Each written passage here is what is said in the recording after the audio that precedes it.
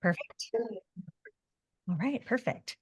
All right, everybody, welcome. I'm the physical location host tonight. My name is Kara Guerreri, and I'm the owner of House Finch Suburban Nature Store in Collingswood. So welcome. We're very excited to have a variety of bird poems and nature-inspired poems read tonight as we lead up to the Collingswood Book Festival. And with that, I'm going to pass things over to Tammy. Thank you, Kara. Hi, everyone. So glad you're here. House Finch is an amazing space. My husband and I have grown very fond of Kara and her husband and our time here in the store, and we shop here a lot. So definitely come check it out if you haven't been, and come back if you have. Kara, House Finch and Kara are also helping support our youth poetry contest at the Collingswood Book Festival this year. Our theme for the kids this year was birds, which is what sort of got this going, I think, as an idea to have, some grown-up bird poems tonight.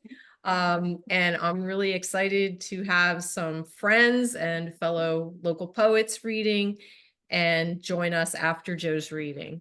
So thank you for coming. Visit House Finch.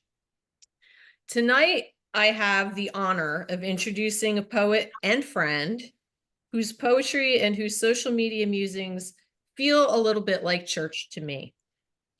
I've had the idea for a reading like this ever since Joe started sharing his stunning bird poems on Facebook. And when I fell in love with House Finch and got to know Kara, our host tonight, I could think of no better place to hold it. It is something I hope we do more than once, perhaps at an Audubon Center or even atop a bird blind jutting over the Rancocas. Eleanor's clapping. Thank you, Eleanor. Joe Wild was born in Elizabeth, New Jersey, a place not associated with bird watching, but he still remembers being 4 or 5 years old and seeing the first nuthatch, completely exotic to him compared to all the starlings and English house sparrows that usually populated his urban existence. Joe has written many books. Here is one of them. Joe, I grabbed the wrong book. I meant to bring your most recent book, but this is an excellent book. And actually, there are no accidents, Joe. I brought the one that has the word chickens on the title. So the universe didn't want me to bring Saint World. They wanted me to bring the bird book. So Helping the Village Idiot Feed the Chickens is one of Joe's wonderful ones. Yeah. He also has, what is the Painting the Christmas Trees? What is the title of that book? That's Painting the Christmas Trees. That's the title of the book. Okay. And, Okay. a few other, I a lot of books out there. I don't know. Saint World is available on Amazon, so check it out. I'm going to pass the chicken book around while I talk. Love that it's so book. As I said, I love Joe's Facebook posts, and this is a recent one. For me, nature has always come unevenly yoked with gas stations. Some of the best elms and walnut trees I've ever seen were adjacent to or somehow on the property of a gas station. Late at night in a gentle rain with a little fog, I've come to admire the neon signs of a Gulf station grazing the trunk of an elm. These odd juxtapositions are the landscape of my childhood. For me, beauty is never pure or well zoned. I still can't remember a more beautiful moon than the one I saw shining over the gas company building over 40 years ago. These bird poems are interspersed in some of his last 2 books, but Joe does hope to do a book devoted exclusively to his bird poetry, and I hope that you do, Joe. Joe lives in Binghamton, New York, where he is a professor of creative writing. He was featured in Bill Moyer's 1998 documentary, Fooling with Words, on PBS. For many years, he hosted or co-hosted a poetry series at the Barron Art Center in Woodbridge, New Jersey, which is where Joe and I met. And for decades now, Joe has shared his gifts and his support of poets with writers of all ages. He's a friend of the Collingswood Book Festival, who was featured in 2018. It is with great pleasure that I welcome Joe Wild.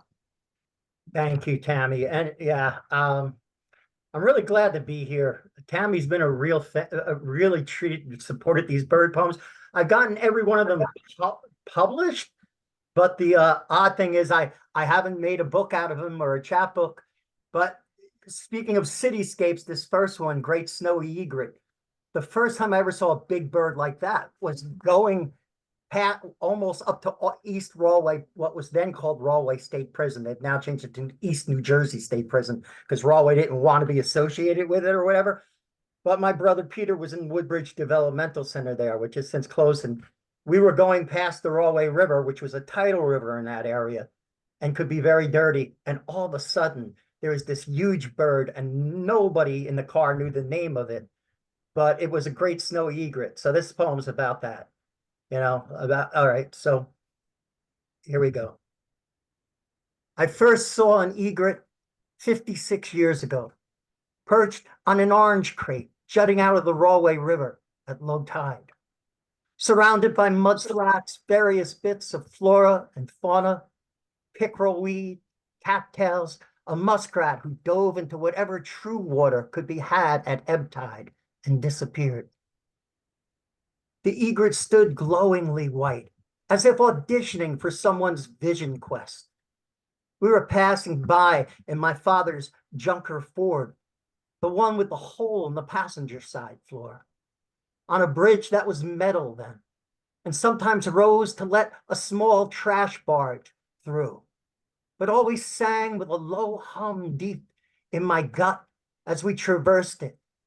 The bridge was steel mesh, the crate was mesh, even the egret seemed somehow meshed, full of tiny holes, the way things look when out of focus, as if, had I got close enough, he would have proved himself merely a series of white paint splatters, dots, and downward plumes of light. There was an accident up ahead, so we were stuck there for 20 minutes. For 20 minutes, I kept my mouth shut, fascinated by this bird. While my father cursed the gods and my mother chided, I was watching the egret, its stillness mostly. How calmly and with what dignified a plume it perched on that orange crate. Its reflection wavering in the dirty water, it did not budge until some sort of opportunity for lunch presented itself. It saw an eel, a small one, but with one lightning stroke, like the signature of lightning. Its long pointed beak, its yellow spear caught the writhing up and chucked it down that long gullet, a quivering of eel. And then back to standing still. So still amid the tires and beer cans and the half-buried wheel of a child's bicycle. I thought the monks were not even gifted amateurs. No Buddha or middle-class champion of stillness and silence had ever come close to this bird, even handicapped as it was by gridlock and bridge hum and a 12-year-old kid off to visit his brain-damaged brother. My crew cut bristling in the heat. I watched while my father cursed and my mother said, Rocky, Rocky, for Christ's sakes, be civil. And the day dragged on. And perhaps in my watching, I had become as still as that egret, which for years now has traveled with me. My parents long dead, that Ford long turned into a compact bit of crushed steel. If I close my eyes, I can still see him at low tide on that filthy river. The sun lost to its own heat haze, a blurred disk, the whole world mesh, filled with a million holes, a million traffic accidents, and the egret poised in its midst, waiting like the seraph of God to thrust forth its golden spear. So that egret has been, I mean, it's been a main thing for me, seeing an egret. And then I had a heron in the middle of February fly and almost hit my windshield up in Binghamton. I didn't know they hung around till that time. But I've had some strange experience with big birds, but most of the time I'm just looking at smaller chickadees. I love chickadees, so I'm gonna do a poem now. I'm gonna do a favorite of Tammy's. I think I'm gonna do this one called The Wood Thrush. I just gotta scroll down and get it, and I'll do that. But I've only seen one wood thrush in my life, and it was by a gas station. And it was at around dusk. And I knew it first by its sound because they're very shy birds, and You don't see them very often. And to see it near a gas station is really weird, but it was there. I think it's a few poems down. I'm going past the Flickr. I wish I could show you these paintings that were done for the book, but here, Wood Thrush. It's a smaller poem. And I put it in a different place here. That's how, in the snowfields of your breast, the spirit animal of song has left its deepest tracks. The rest of you is rich brown red to blend in with these dead oak leaves, where you scratch your signature and pause after each autograph, as if to note the forest's dark approval.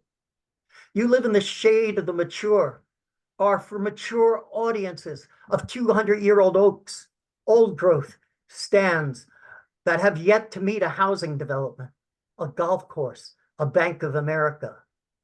Your song holds the liquid, languid air of dawn and of twilight, has wandered through centuries, stopping the most jaded woodsman until you remember just beyond the clearing some unassailable thing, a passing of a spirit animal long extinct who still inhabits your minor key. No poem rivals you, and it is best if poets shut their mouths along with drunk boys on a toot and hipsters on a hike who chew their shrooms and wait for visions or for sex that they'll regret. The world is busy with buying and selling, yet cousin to the loquacious robin, you move as the spirit moves, heard far more deeply than ever seen. Already gone in the way that all things beautiful seem already gone, lovely for their fleeting. Or perhaps as Rilke said, you, my beloved, who never arrived, your song is enough. Deyanu, even if we had only heard you when we'd forgotten we were ourselves a kind of prayer. Even if all else had been broken in us, blighted and betrayed, this would have been enough to hear you at our beginning, at our end. Leaf scratcher, thrush, your pot-bellied, puffed-up body hidden in the shade of a dark forest canopy, singing everything we have ever lost and everything that is worth our grieving. So that's for the wood thrush. Poem. Thank you for asking me to read that, Tammy, because it has a lot of meaning for me right now. I'd almost forgotten that one, which is weird, but I think I'm going to try a poem about, let me say, the birds, the first bird, the most plentiful birds I ever saw, which are, and my grandmother would always say, whenever we were loud, me and the cousins, she'd go, you're a bush full of sparrows. All right.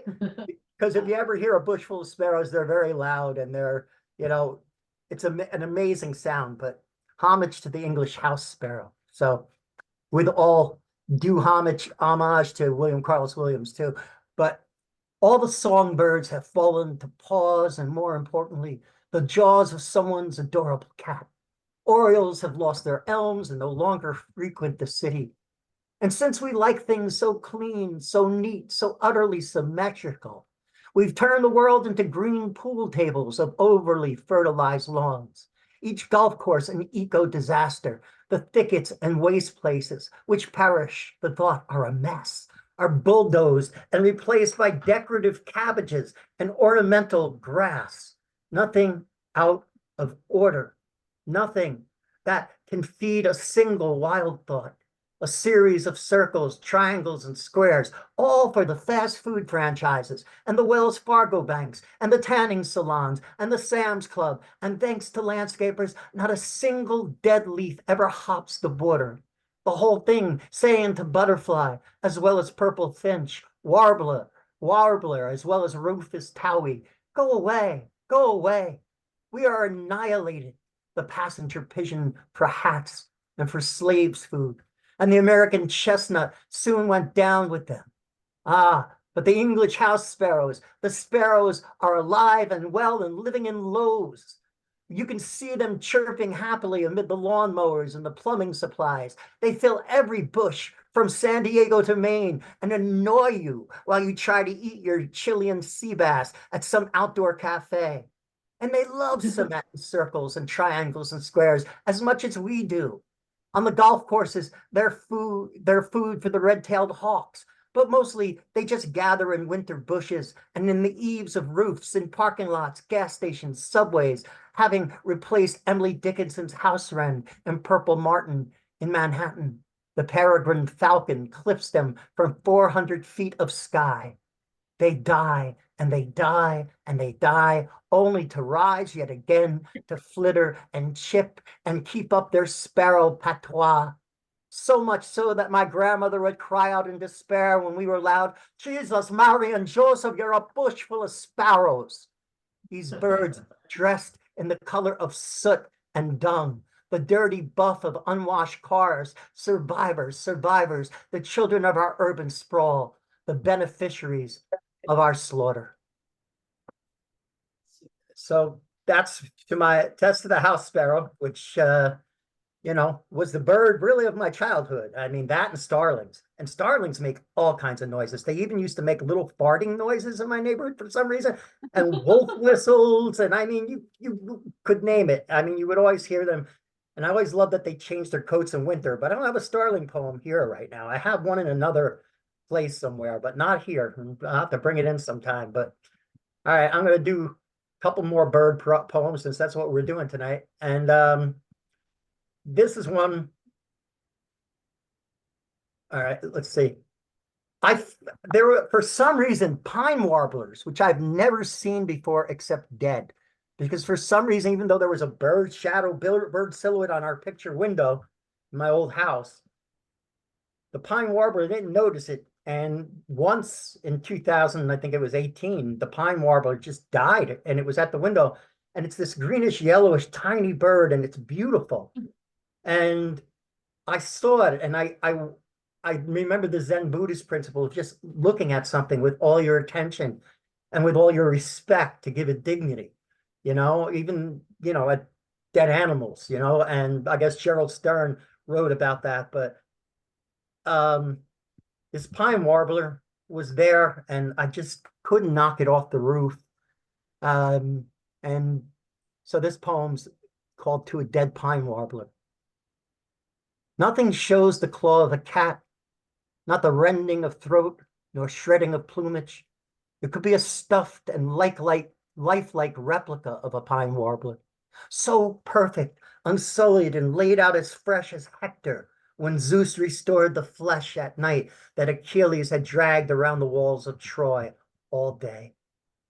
He lies there on the red-tiled roof, oblivious to his perfection, as if posing for some retired dentist who has taken up doing watercolors. I didn't see him die, and I am hoping for a strong wind to blow him away, so I won't have to watch his beauty rot, become lively with maggots, proving that even our desire to merely gaze can kill. Pine warbler, dead ringer for some dwarf goldfinch, except for the curved scimitar of its beak. He was a quick, bright flutter among the planted Christmas trees, the blue spruce, the hemlock, the white pine, and red cedar. They've all gone quiet now with his demise. I can't stop looking, and on the 100th look, my fascination wars with my respect for his dignity.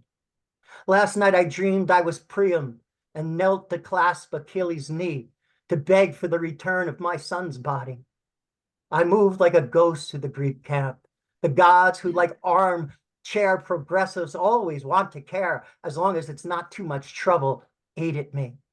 And when I was given my son's corpse to haul back in the ox cart, it was a giant pine warbler, larger than the gates of Troy.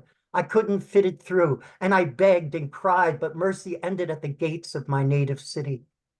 Now that I've looked pine warblers up, I know habits, calls, their love of pine nuts. I know nothing.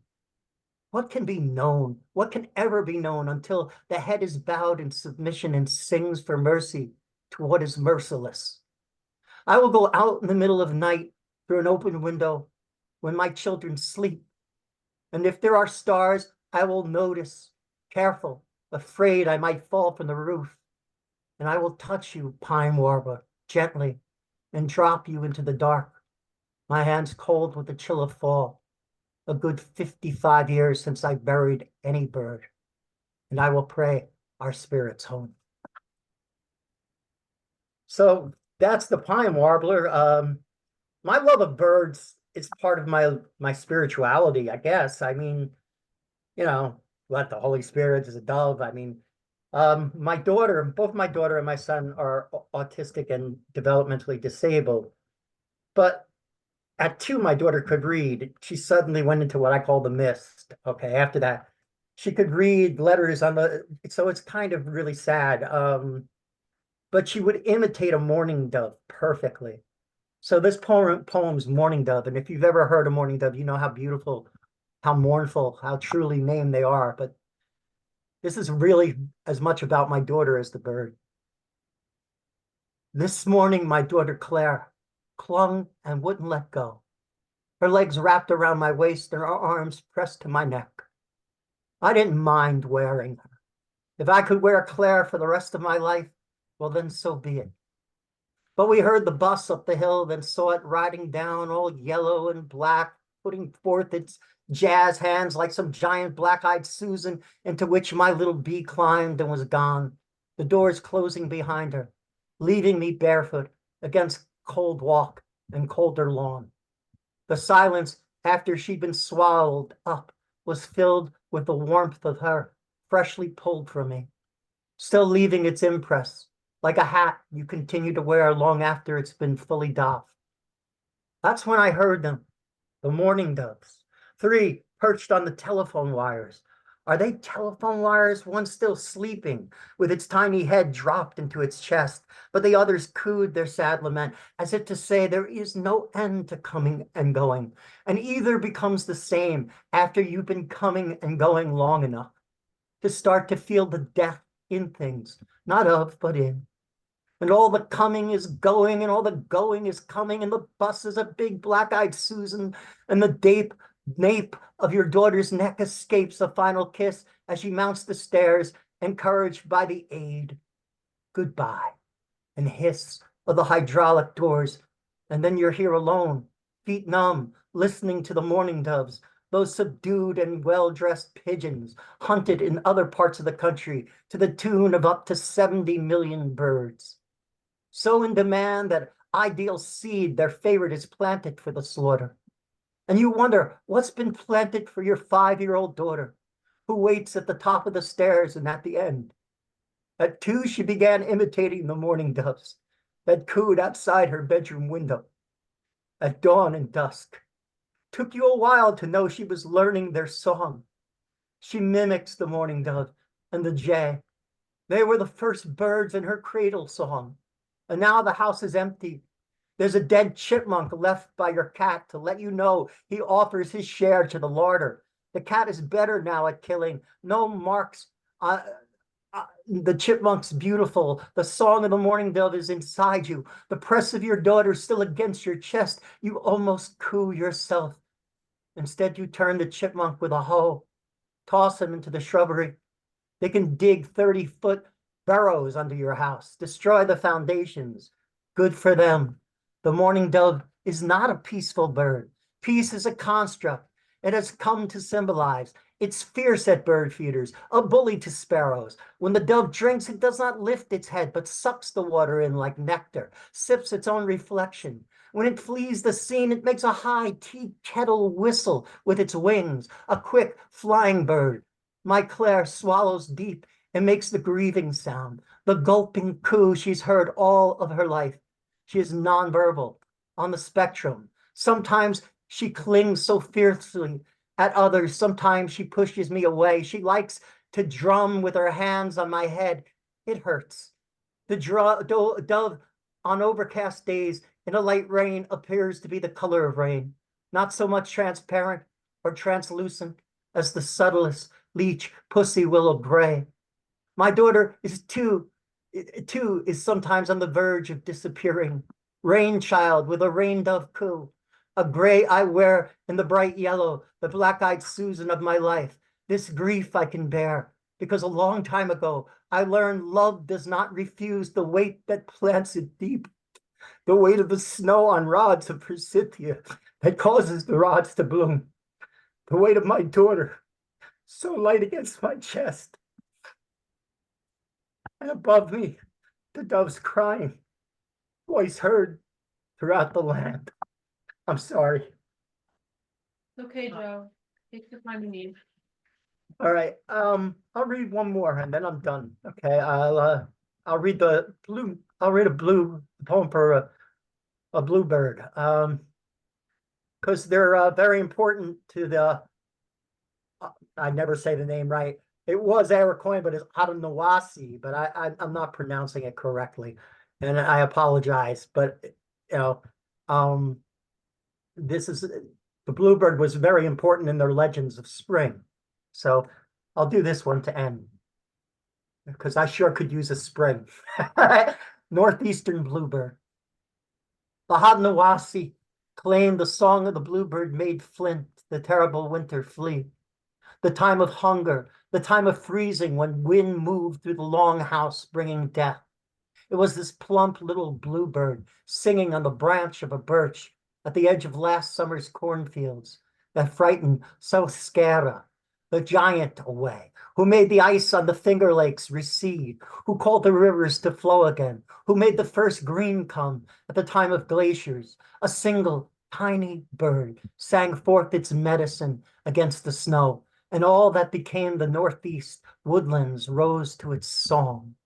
Such power is given to small things, so that we will not forget, lest we become evil giants ourselves, ego rotten, filled with carrion and bones, a portable winter that kills whatever it touches in passing. Men are so afraid to be small, so eager to blot out the sun. One day the bluebird will sing and we will vanish too, melt like the ice from the land, and back will come the spring unless we learn to hear such little things in all our constant striving. Such little things that stop us in our tracks, to pause and to listen. What can I hear, sweet Christ? I have been deaf so long. What has stopped up my ears? Send me what is little back into my heart. I have a bad heart. It is sick and swelled with its own self-importance. Send me this little piece of summer sky. Open my ears that I might hear the husks of last year's corn creak and groan in the fields, then hear the bluebird from the gourd I hung on the white pine branch. Tuawi, open me to my own song, my own singing, small, clear, and with no fear. Cast out my fear. What could love be but to will the good of the other without fear? Before I die, make me a prophet of spring. So I sang to break the ice, or say I sang to break the ice around my own heart, and was brave enough not to fear that word, not to fear the rolling eyes of the more sophisticated poets. Say I said heart without hesitating. Say I said song. I wanted only what love wants, 3 notes clear and bright, to dance on the body of our sadness until we break its bones. Thank you. Thank you for letting me read.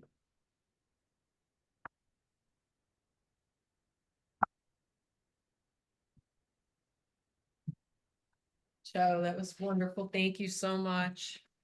Sorry, I got a little choked up on that one poem. No reason to be sorry.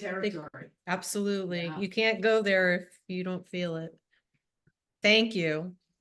So I'm very excited to have some fellow poets and friends reading tonight. I asked everyone I invited to please read or to choose to read a poem of their own inspired by birds and a favorite by someone else, but feel free to break the rules.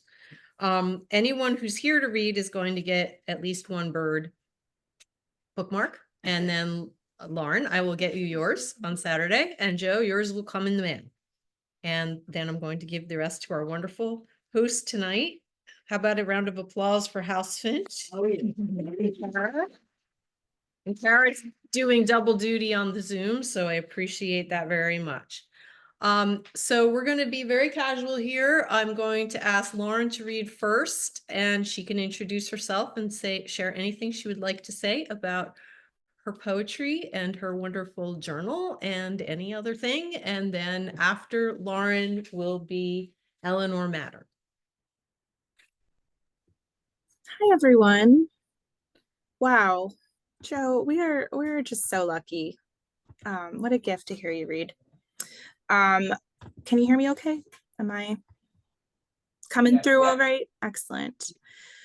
So it's really an honor to read with you all. My name is Lauren Hilger. I am the author of 2 books, Lady Be Good and Morality Play. I am going to be reading 2 very short poems from my 3rd untitled book. And they are sonnets that feature birds. And this is the first reading I'm doing since having a baby. So I feel a little rusty, but I'm grateful to be here with you all. And I guess in terms of one more thing, the journal that Tammy mentioned, I am an editor at a literary magazine, No Tokens, and I will be speaking about that a little bit more on Saturday at the How to Get Published panel. So hopefully I'll see you there. All right. Oh, also, these are new. I was going to read poems that I know very well and I feel confident reading. So these are very new. So I'm sharing with you new drafts. Enough. February. I push my face up to the glass of the story of the Zen butcher. The knife that never needed sharpening, that went through. The blade that never needed to be replaced, that never showed for its perfect work. Was I ever the Zen butcher or the knife? Could I find the cleanest cut? It isn't very human to do things with no meat in the way, to see a shimmer and not just the gray cast. A sign in a coffee shop read, "You are the only one in the universe." I might have misread it. I was getting soup with an infant strapped to my chest. Her baby wrap, my bow tie and cummerbund. Her pom-pom hat stitched with moose and pines. Do not mention space to me. I can barely handle Earth, or how the geese were still honking at midnight, and I couldn't explain that either. That's 1. And 2 is called No One Is Watching Me. Joy for me that year was reading 100 artist bios and each saint's death, how there's a symbol and meaning there. How could I have ever been reckless, casual, lowercase, big on record keeping? There are so many papers in God's room. The air is good. It could cure a man of disease, as we once thought. Bluer and brighter today. I'm staying on hold for the music. I clean bird poop and pollen off the stroller. Silence speaks to my condition. That's it from me. Thanks, everyone. Love it. Loved it. Thank you, Lauren. Thanks, guys.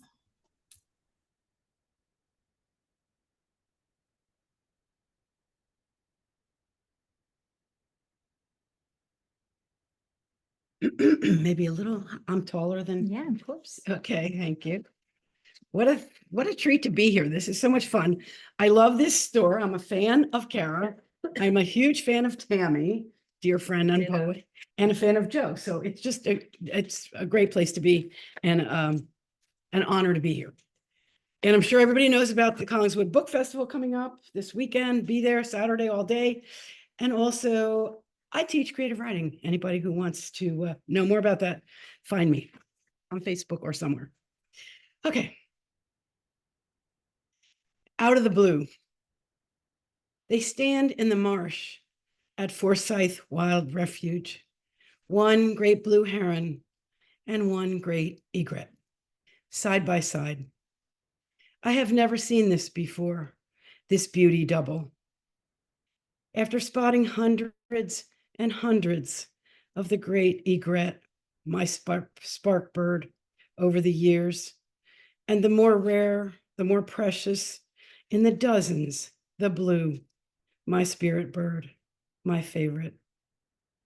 In this moment, the two together there, their silhouettes parallel, the stillness between them, perfect. The matching yet contrasting gentle S-curve necks and unlikely spindly legs. What is more rare than rare? And then, just when I register, try to aim, the blue leans forward just a bit. Great wings lift, black tips flash, and blue moves into sky. The great white left standing, the sentinel. And I'm reading a poem by someone else, and I read my poem first because I don't want to follow Gerald Manley Hopkins. I picked this poem. I love the way Tammy said we can break the rules, because as artists, we always need to have poetic license to break whatever rules. And so this is only tangentially, remotely related to birds, but it came to mind right away with the theme, because I think the last 5 words are 5 of the most gorgeous words in the English language. And they might be about birds, or they might be about angels, or those might be the same thing. And boy, I'm emotional. So Joe, you're not the only one crying up here. God's grandeur. The world is charged with the grandeur of God. It will flame out like shining from shook foil. It gathers to a greatness like the ooze of oil crushed. Why do men then not now wreck his rod? Generations have trod, and all is seared with trade, bleared, smeared with toil, and wears man's smudge and shares man's smell. The soil is bare now, nor can foot feel being shod. And for all this, nature is never spent. There lives the dearest freshness deep down things. And though the last lights off the black west went, oh morning, at the brown brink eastward springs, because the Holy Ghost over the bent world broods with warm breast and bright wings.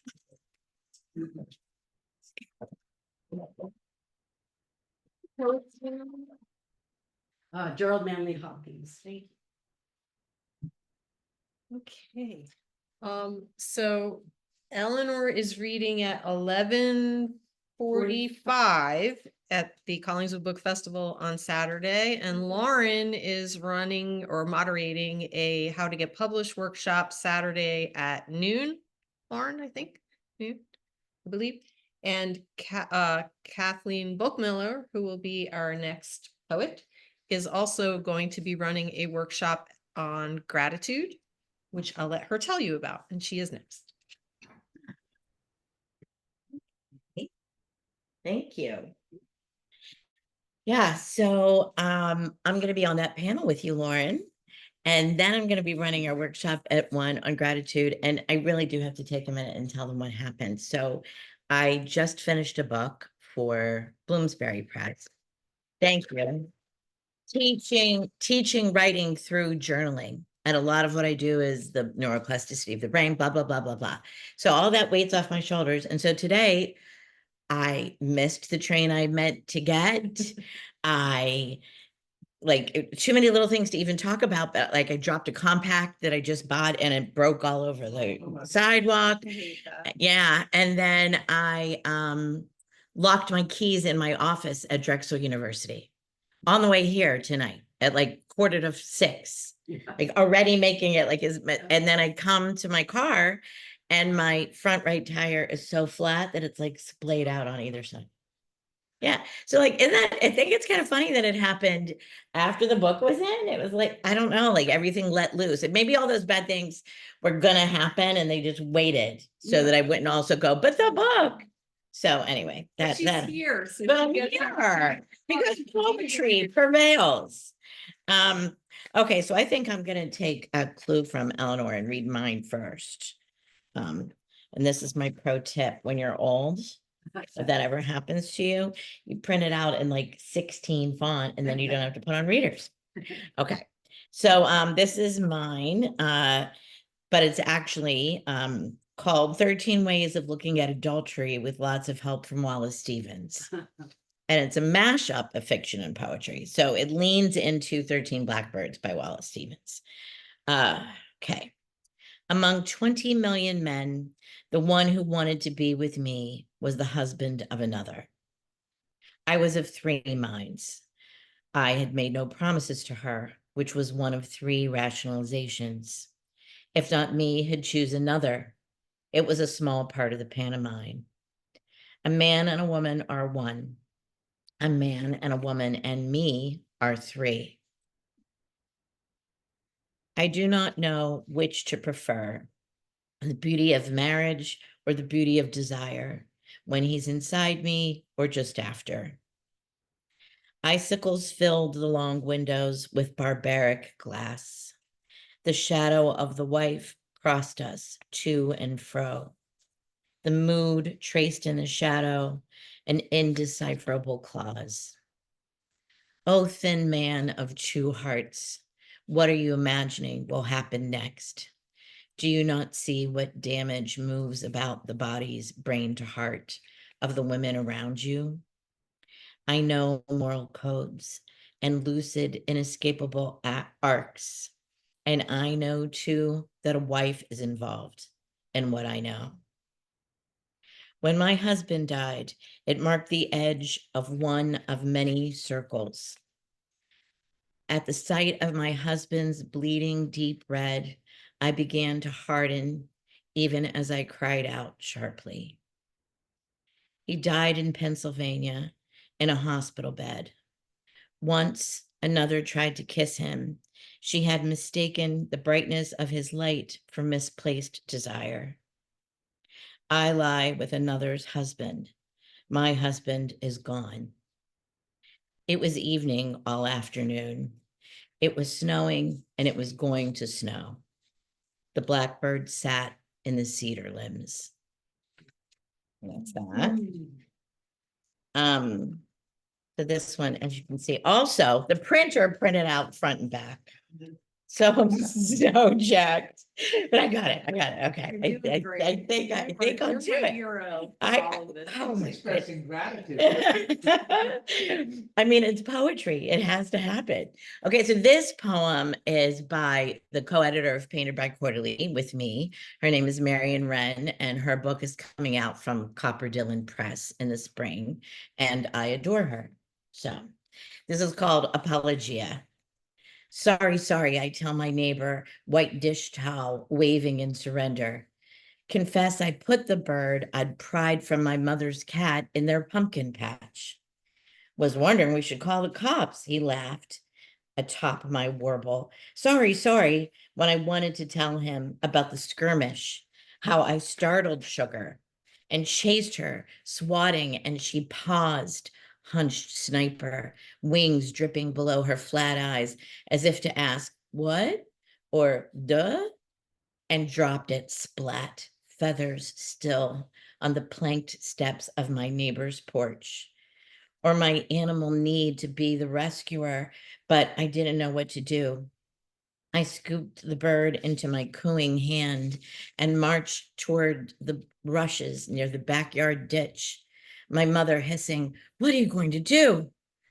Drunk on adrenaline and compassion, a boozy logic, dish towel, shoebox, squatting in my neighbor's young pumpkins, trying to decide the better remedy.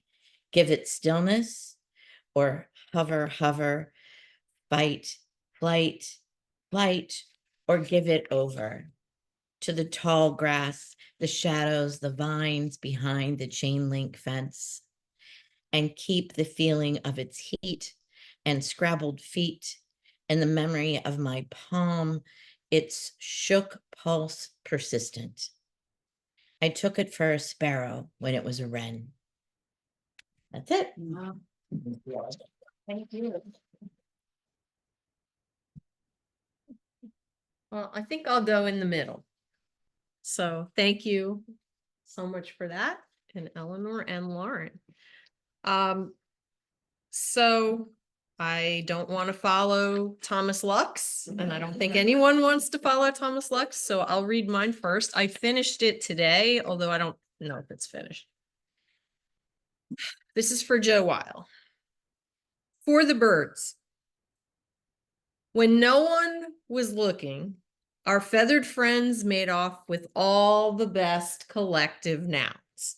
An exaltation of larks, murmuration of owls, ostentation of peacocks, murder of crows. A parliament of owls staring us down, a conspiracy of ravens mimicking from above. And a conspiracy is what it is. As they fly off in their musters and rookeries, bevies and broods, leaving us with nothing but huddles of unwashed masses, throngs and crowds and hordes. Owls have even claimed wisdom. That's a collective pronoun, if you didn't know. And watch knowingly without pity from the branch of that tree, like they planned it that way. The rest is only crumbs. All right, so Thomas Lux has definitely written my favorite poem of all time, and that is Refrigerator 1957. And if you have never read Refrigerator 1957, as soon as the Zoom ends, Google it and read it, please. It is definitely my favorite.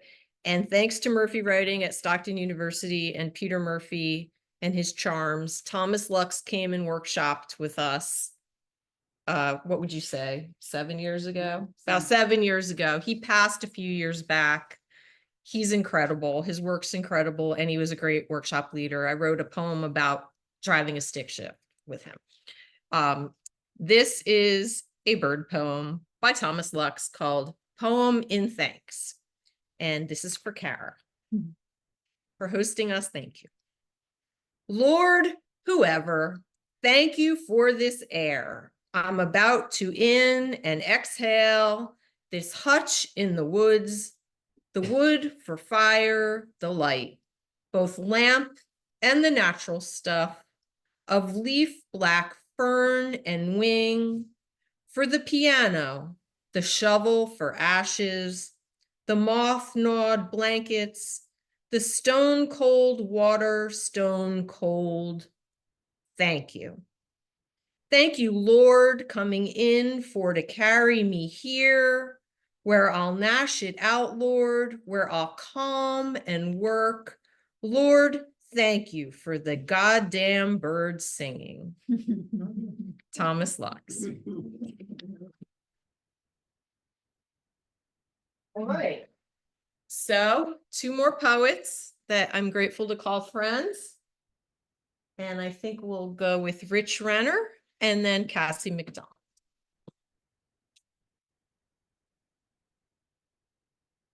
Well, thank goodness, because my phone said it was time to stand. I mean, my watch.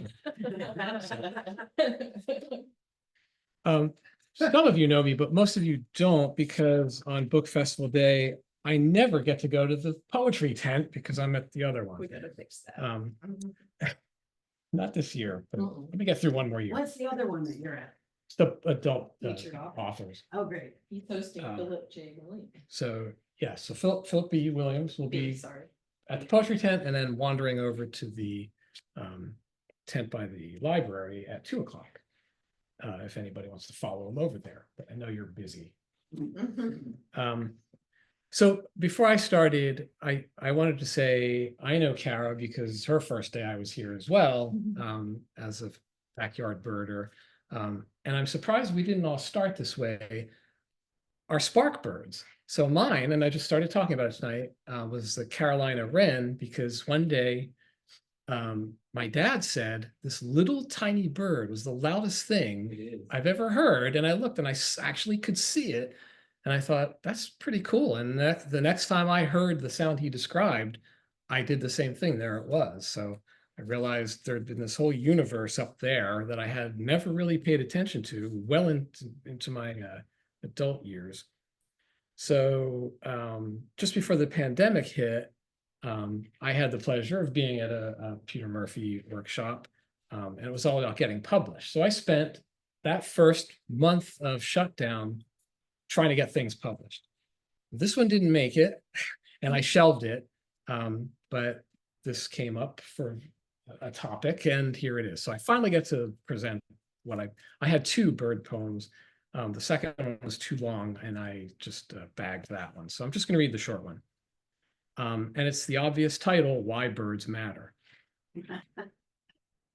Steady, dinosaur friends, perched like decorations on a diagonal hypotenuse. Doves in mourning tilt their heads and ask, what will you do when our food runs out?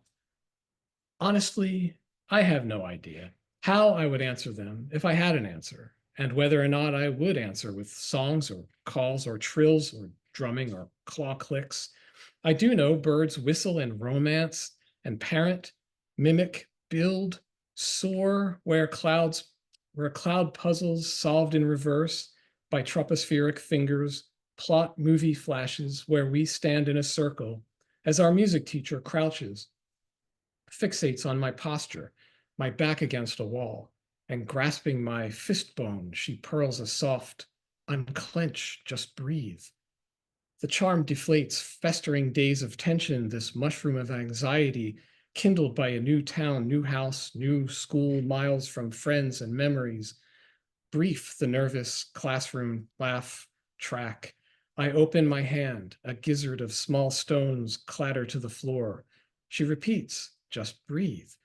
Then signals our flock recircle, wide-mouthed fledglings sing, ta, ta, ti-ti-ta. Hurtle forward, pictures and time outpace the rhythm syllables. We fledglings, unaware of future courtships, seeds to spread, pests to devour, predators to flee, biodiversity to define. Below the hypotenuse of mourning doves, I kneel and tap safflower to the beat to the ta-ta, ti-ti-ta, when a gray catbird raspy meows, and I'm ready with my answer. You will have me. That was mine.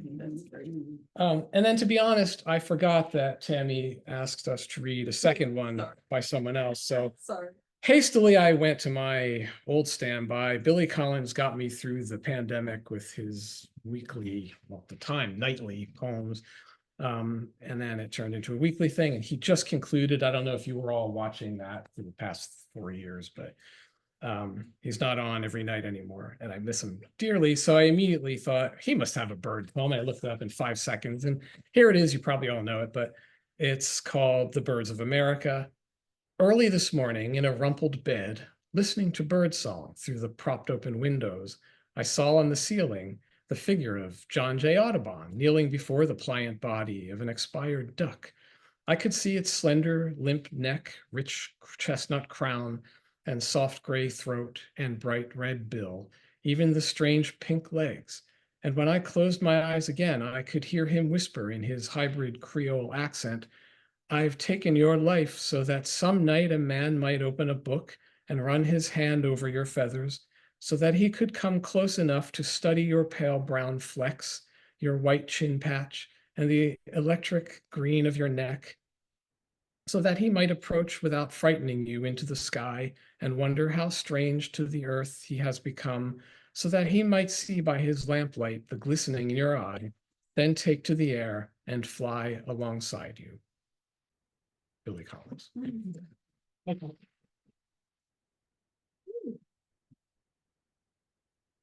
So Rich, you'll be interested to know if you don't already, but you might because you probably follow BJ, that he's hosting Billy Collins in your old backyard on December 5th. December 5th, BJ Ward is a professor at Warren County Community College in New Jersey. And on December 5th, he is hosting Billy Collins and you can go and it's free. So if you're interested, do that. He's also hosting Joyce Carol Oates. Oh, that was last night. Lee Upton and Sung Jae Woo, and our good friend Sean Jones with Kate Brandeis on November 13th. BJ Ward will be reading baseball poetry on Saturday. I forget the time, but it's afternoon at the book festival. So come do that with us. All right. Speaking of people at the book festival, our last reader tonight, once a year, does a crazy thing, and that stays up until what, 1:30 in the morning with me and the other two, actually this year 3 volunteers who do the Memorial Walt Howitt Youth Poetry Awards, which is a youth poetry contest that's part of the book festival and has been almost since its inception. And this year's theme was bird poetry. And as I mentioned earlier, House Finch is supporting the contest, which we're very grateful for. And the kids wrote about birds. So we stayed up very late reading lots and lots and lots of poems, a lot of them about seagulls and a lot of eagles. There's a lot of patriotism out there and some actual football player eagles, but all sorts of other things too. And I learned, as Cassie did, that pigeons give milk, which I did not know before I read all those poems. So come to the festival. You will hear the kids read first thing. The winners get to read. We've got some local Collingswood poets who won. So it's all very cool. And Cassie will be running a, moderating a reading during the festival that I'll let her talk about. Please welcome Camden by way of Philadelphia, or the other way around, Cassie McDonald.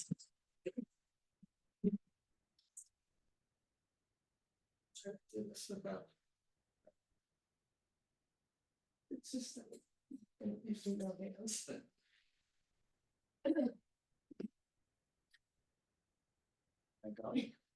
Right over here. You can look right into here. Okay. What you see is what everybody sees. Hello, everyone out in TV land. Mhm. Could you just pop that up for me? Of course. Thank you. Yesterday when I got home, this was in the mail. Oh, From Cornell Labs, so I thought, how Oh, timely. I love it there. Unsolicited, so that felt like a good sign. Yeah, Yeah. that's great. And you all can't see it who aren't here, but there's some serious anti-squirrel equipment over here. It's like an armory. There's also squirrel feeders over here. For those of us who love both. Or, because some houses are divided. Okay, well, That's most are great. probably That's divided. great. But there's something over here called a squirrel baffle, which is a wonderful name. It's gonna work its way into a poem, I'm sure. But because I'm not wearing my glasses, I thought it said spiritual battle. I thought, wow, we're really taking that squirrel bird thing seriously. Okay, so. Should I talk about the bit first? Okay, so on Saturday, I will be hosting a segment called We Remember, which will be a memorial, a remembrance of poets, some poets we've lost in the last year or so. And it's a short segment, so of course, it's really just a few, 5 or 6 poets, but we're also going to be setting up an area where anyone who comes can remember a poet who they love, who's died. So to pin up a picture or a poem or just their name in our ofrenda, our poetry ofrenda. So if you're coming, which I hope you are, please think about if there's a poet who has gone to the other side that you would like to remember on Saturday. So it's at 1:50 to 2:15. So thank you, Tammy. Thank you, Kara, Mhm. for creating this wonderful environment for poetry. Yeah. I'm going to read a poem by Craig Arnold called Is there any water available? We can I'm have just some really cider, is working. that all right? Yeah, yeah. Or if you want, Oh, this comes off you must. and you may have it. Thank you. Look at that. How fancy. You don't get my germs. I'm good, Kara. Thank you. Okay, so. The invisible birds of Central America. The bird who creaks like a rusty playground swing. The bird who sharpens the knife. The bird who blows on the mouths of milk bottles. The bird who bawls like a cat, like a cartoon baby. The bird who rubs the wine glass. The bird who curlicues. The bird who quacks like a duck, but is not a duck. The bird who pinks on a jeweler's hammer. They hide behind the sunlight scattered throughout the canopy. At the thought of your feet, they fall thoughtful and quiet, coming to life again only when you have passed. Perhaps they are not multiple, but one, a many-mooted trickster whose voice is rich and infinitely various, whose feathers liquefy the rainbow, rippling scarlet, emerald, indigo, whose streaming tail is rare as a comet's, a single glimpse of which is all that you could wish for. The one thing missing to make your eyes at last feel full to meet this wild need of yours for wonder. Okay. And I don't know what I would feel like reading so much stuff. I think I'll do this because it's seasonal. Gather, scatter. I went to live in the kingdom of the birds. I went into the woods to learn how not to. The birch is the tree of inception, self-propagating. Her medicine is courage. Her message is, you may begin. First, listen. Leaf moles and surrender. Let me end, brother bear, to snore and dream. The liminal child, October, runs and sets leaves to shuddering. Stop. Can't you stop for a minute and let something enter you that you didn't make? Time sweetens the grape, nothing else.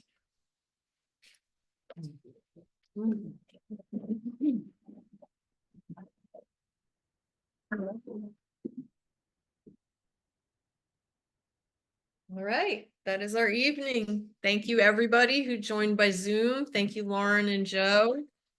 Eleanor, Kathy, Rick, and Cassie. And thank you so much to House Finch. Come to the book festival.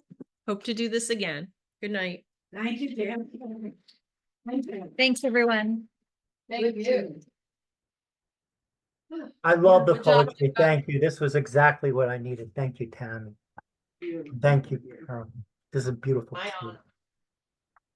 Thanks, everyone. Bye-bye. Wonderful.